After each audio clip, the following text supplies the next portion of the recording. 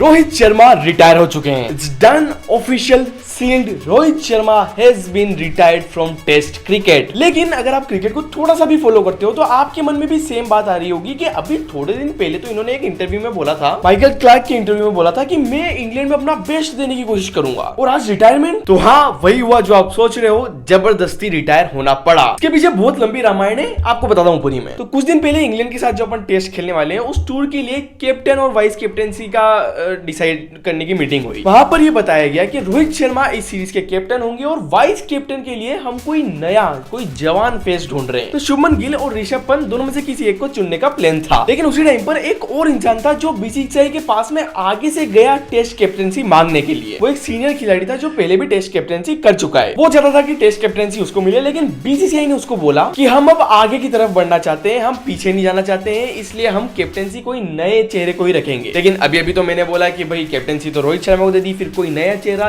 ये बात भी डाउट आई सबको। लेकिन उस टाइम पर बस ये अफवाह चल रही थी, इसलिए लगा शायद ये बात आई नहीं होगी। आज अभी 2 घंटे पहले सब कुछ क्लियर हो गया। बीसीसीआई ने जैसा बोला था कि हम कोई नया चेहरा ढूंढ रहे हैं, वही हुआ। बीसीसीआई ने रोहित शर्मा को क्लियर कर दिया कि वो नहीं चाहते हैं कि अब आप आगे से कैप्टनसी करें, और ये खबर आने लग गई कि रोहित शर्मा को टेस्ट कैप्टनसी से हटा दिया गया है। वो खेलेंगे जरूर अभी भी, लेकिन टेस्ट कैप्टनसी से हटा दिया गया है, और उनकी जगह पर अगले कैप्टन होंगे शुभमन गिल, मोस्ट प्रोबेबली शुभमन गिल। अब रोहित शर्मा को कैप्टनसी से हटा दिया गया है, ये तो क्लियर था, लेकिन शुभमन गिल होंगे कि नहीं होंगे ये क्लियर नहीं था, क्योंकि साथ में ऋषभ पंत का भी एक एंगल चल रहा था। लेकिन उसी टाइम पे मैं समझ गया था कि शुभमन गिल होंगे, हालांकि अभी भी ऑफिशियल नहीं हुआ है। लेकिन क्योंकि कल प्रेस कॉन्फ्रेंस में शुभमन गिल अचानक से टेस्ट की बातें बहुत सारी करने लग गए थे। उन्होंने उस प्रेस कॉन्फ्रेंस में कम से कम 3 से 4 बार टेस्ट क्रिकेट ये वर्ड लिया। ये मैच टेस्ट जैसा था, हमने शुरुआत में टेस्ट जैसा खेला, हमने आखिरी में भी टेस्ट जैसा खेला, सब कुछ टेस्ट जैसा चल रहा था, ये सारी बातें चल रही थी। तो चलो वो तो कभी और बात करेंगे, लेकिन हाँ, कुल मिला के शुभमन गिल होंगे, क्योंकि अगर उनको बोला गया होगा तभी उनकी मेमोरी में फ्रेश बात ये हुई होगी। एनीवेज, तो फिर जैसे ये न्यूज आई कि रोहित शर्मा को हटा दिया कैप्टनसी से, लेकिन वो खेलेंगे जरूर, उसके जस्ट 5 मिनट बाद रोहित शर्मा की स्टोरी लग गई। उन्होंने उसमें लिखा कि इट्स बीन एन